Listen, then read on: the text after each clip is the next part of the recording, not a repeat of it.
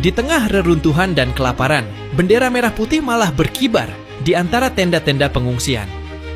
Ribuan warga Gaza antre bukan buat cari uang, tapi buat ambil bahan makanan dan kebutuhan pokok. Semuanya gratis, hasil gotong royong rakyat Indonesia. Dari situlah nama Indonesia mulai dielu-elukan di tanah yang penuh luka itu. Pasar gratis ini bukan proyek kecil, bro. Ini hasil dari kerja bareng Basnas, Lembaga Kemanusiaan Indonesia, dan jaringan relawan internasional yang udah lama bantu di Gaza. Ide dasarnya sederhana tapi berdampak besar. Bikin titik ekonomi kemanusiaan yang bisa hidup mandiri, bukan cuma bagi-bagi bantuan sesaat.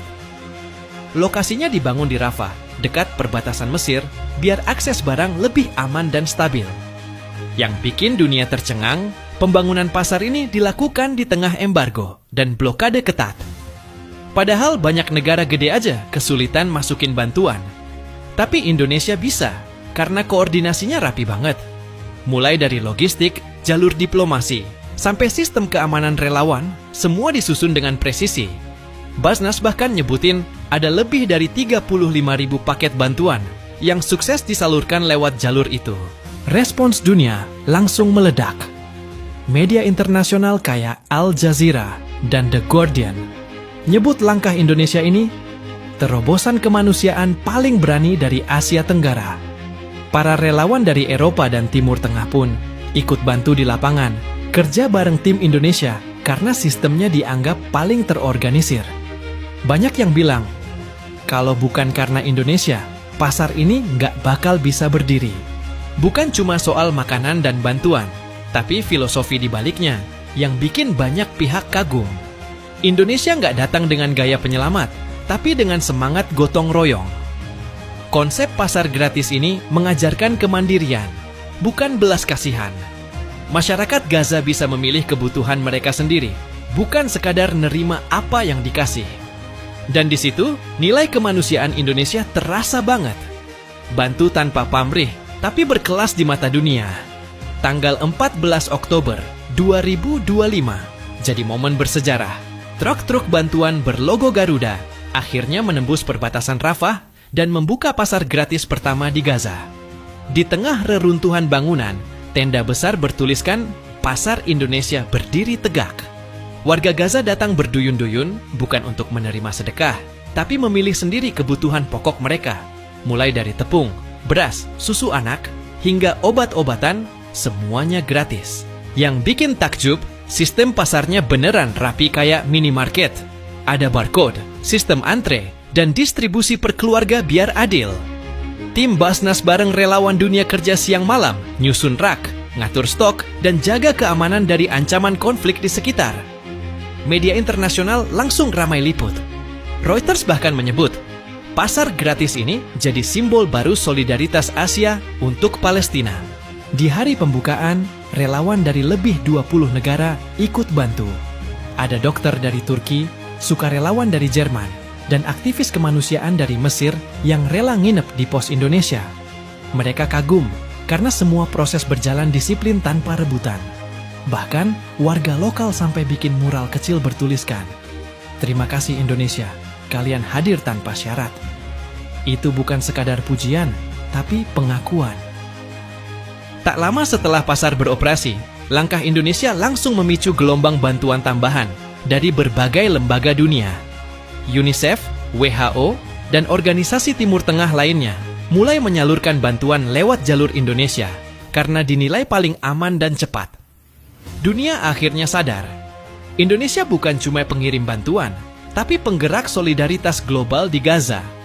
Negara yang beneran turun tangan, bukan cuma bicara di podium. Langkah Indonesia di Gaza bukan cuma soal kemanusiaan, ini juga strategi geopolitik kelas tinggi. Di saat negara besar masih berhitung untung rugi dan cemas dikaitkan dengan konflik Israel-Palestina, Indonesia justru tampil sebagai kekuatan moral yang netral tapi efektif. Dunia melihat bahwa diplomasi Indonesia nggak cuma berhenti di forum PBB, tapi turun langsung ke lapangan. Secara geopolitik, kehadiran Indonesia di Gaza memberi pesan kuat ke Timur Tengah dan dunia Barat bahwa kekuatan Asia Tenggara juga bisa jadi pemain aktif dalam isu global. Langkah ini memperluas jangkauan diplomasi RI ke dunia Arab, Afrika Utara, bahkan Eropa, lewat jalur kemanusiaan. Posisi Indonesia jadi lebih solid karena dianggap punya soft power yang konkret, mengubah simpati menjadi aksi nyata. Negara-negara seperti Turki dan Qatar pun mulai menjajaki kolaborasi logistik dengan Jakarta. Dari sisi ekonomi, aksi kemanusiaan ini berdampak besar terhadap reputasi Indonesia di sektor bantuan internasional. Banyak lembaga donor mulai melihat Indonesia sebagai hub distribusi logistik regional, terutama untuk krisis di Timur Tengah dan Afrika. Artinya, ke depan Indonesia bisa mengelola lebih banyak dana kemanusiaan internasional, sekaligus memperluas sektor industri bantuan dan supply chain nasional, mulai dari logistik, manufaktur kemasan, hingga transportasi udara. Bagi Indonesia sendiri, kepercayaan internasional ini membuka peluang besar di ranah politik luar negeri dan ekonomi kemanusiaan. Banyak organisasi dunia kini menyalurkan dana bantuan lewat lembaga-lembaga Indonesia karena dinilai transparan dan efektif. Ini berdampak langsung pada sektor logistik nasional, industri pengemasan, serta transportasi udara yang semakin dilibatkan dalam distribusi global. Kedepan, posisi Indonesia di panggung kemanusiaan global bakal makin strategis.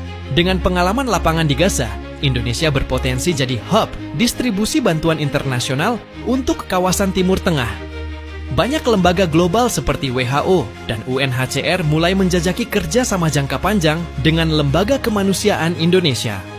Kalau langkah ini konsisten, Indonesia bisa jadi negara Asia Tenggara pertama yang punya peran permanen dalam sistem kemanusiaan global. Dari sisi ekonomi, keberhasilan operasi bantuan di Gaza juga membuka peluang baru bagi sektor logistik dan filantropi nasional. Industri pengiriman barang, penerbangan kargo, hingga produksi bahan pangan siap saji akan berkembang pesat karena tingginya permintaan dari lembaga kemanusiaan internasional. Ini bisa menciptakan ribuan lapangan kerja baru dan memperkuat ekonomi domestik berbasis solidaritas. Jadi, kalau lo bangga jadi bagian dari Indonesia yang benar-benar hadir untuk kemanusiaan, jangan cuma diam. Sebarkan cerita ini, dukung gerakannya, dan tunjukkan ke dunia bahwa Indonesia bukan cuma negara besar di peta, tapi juga besar di hati. Karena di tengah dunia yang makin dingin, Indonesia adalah kehangatan yang masih nyata.